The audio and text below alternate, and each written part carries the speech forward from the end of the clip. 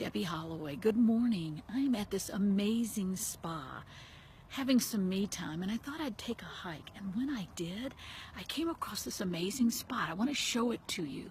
Check this out.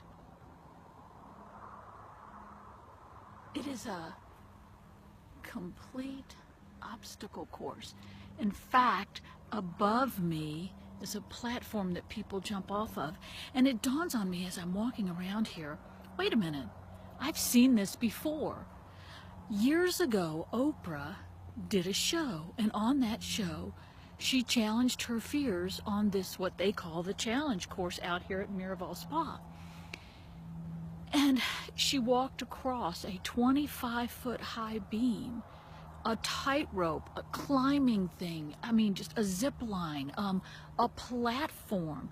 All of these things I'm thinking, and I'm like, gosh, that would scare me. But if you knew you wouldn't fail, would you try it? If you knew you were safe, would you take the jump? Would you walk across that platform because you knew you could?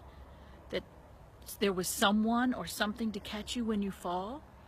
And what I got to thinking is, we all take these crazy fears we have and we keep them. It's like the fears I share, I keep inside of me, and it keeps me from being more than I can be. It keeps me from opening up.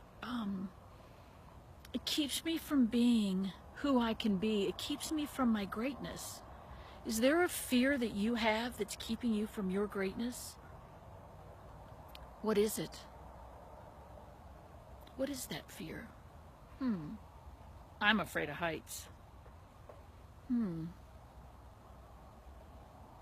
What else am I afraid of? I'm afraid of getting embarrassed. I'm afraid of looking stupid. I'm afraid of saying the wrong thing. I'm afraid of acting in a way that would embarrass someone around me. I'm afraid of, fill in the blank. Those are just a few that I've heard. Fill in the blank. What are you afraid of? Because I believe you don't necessarily have to, quote, conquer your fear. I don't have to climb that 25-foot pole, except the next time I come out here, I will. I would have done it this time, but I didn't know it was here until the last day, and I'm leaving in like 20 minutes to go to the airport. So you ask yourself, do I conquer the fear?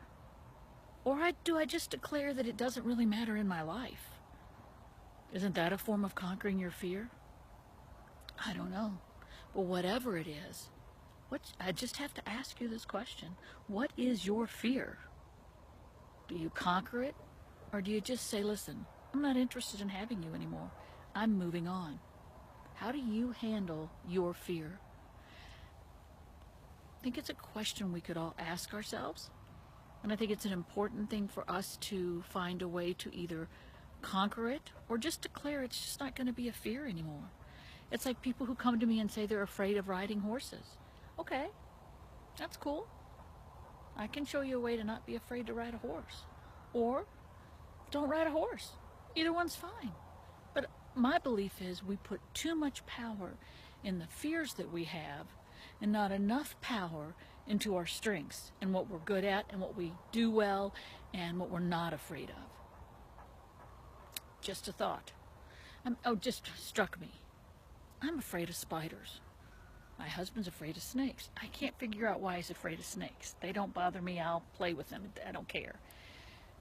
But I'm scared to death of big spiders.